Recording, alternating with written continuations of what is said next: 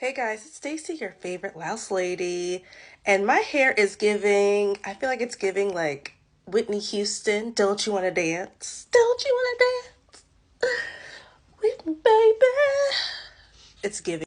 But anyway, I'm just here because, as you guys know, I have been a lice technician for about 10 years. I've had my own lice removal business for about 8 years.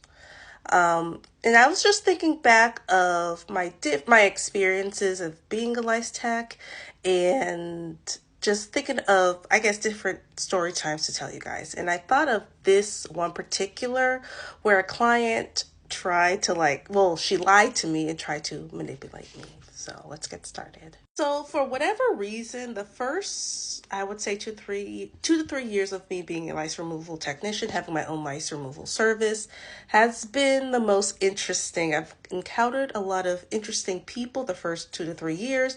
I'm not sure why, but I have. But anyway, one day I had a call from a grandmother. This was years ago, probably maybe the second, third year of me having my own lice removal business. And she was telling me how her granddaughters, I think they were like young elementary school age, like maybe 5, 6, around there, had lice. And she was calling to make an appointment for me to treat them.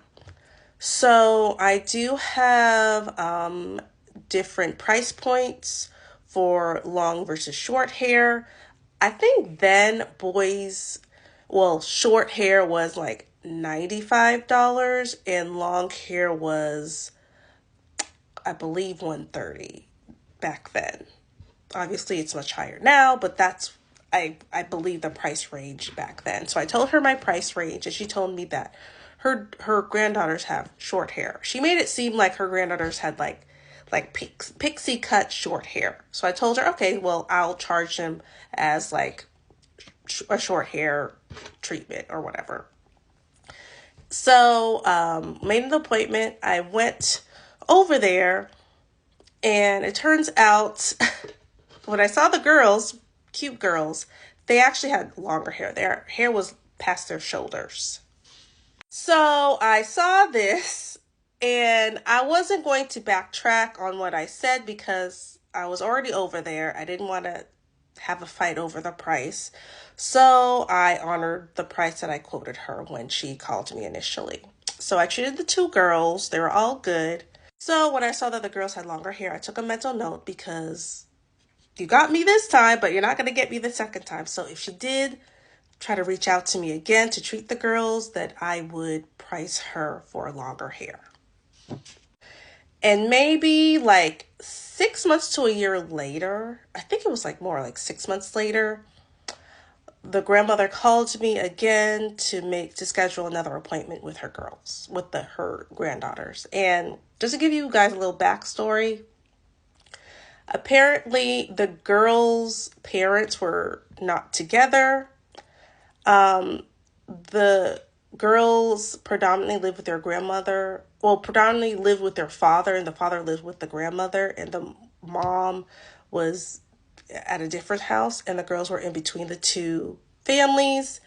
And from what the grandmother told me, the girls keep getting it from their mom house because their mom have other children, and they weren't sure if the mother was treating the other children in the household.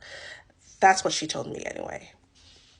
So I remembered her and remembered the situation last time with the girls having longer hair than she initially told me. And I told her, okay, well, if I do treat the girls this time, I will be treating them the long hair price, like $130 or $135. I believe that's the price it was back then. And she told me, really? I'm like, yeah, because when you told me that they had shorter hair, when they actually had longer hair, I honored the price because I quoted you the price, but I want you to know now that they will be priced at $130 each because their hair is longer. And the grandmother was not happy about that. So she wasn't necessarily yelling at me over the phone, but she was not happy. She was saying, oh, really? I can't believe you're charging me more. I just want you to know that my grandchildren has lice because of you, because you won't come treat them, so on and so forth, trying to guilt trip me to come treat her daughters or her granddaughters. But no, the first time that I came, you told me something different. And this time I'm letting you know that the price is going to go up. Because one thing I hate is, because I feel like I'm a genuine person. I try to be fair, but I don't like when people take my niceness for weakness and try to manipulate me, because essentially that's what she was trying to do. And I wasn't falling for it. At least the second time around, anyway. So I was on the phone with her, and I tried to give her suggestions, like cheaper options of treating the lice herself. She did not want to hear it. She just wanted me to come. I told her the price. I'm like, I was going to come. I was able to come. I would have come, but I just told her the price is going to be higher. But, she was not having it. So anyway, after a couple of minutes of her ranting and raving, we hung up the phone. I said, well, have a great day, so on and so forth. And I never heard from her again. While we were talking, the grandmother never mentioned, oh, their hair's shorter now. I cut their hair or something like that. She didn't mention that at all. So obviously the girl still had long hair even the second time around. So that's my experience. I did learn a lot from it. It's just advice to other small business owners. You don't have to negotiate your price if you don't want to. If your prices are fair, then you shouldn't. I've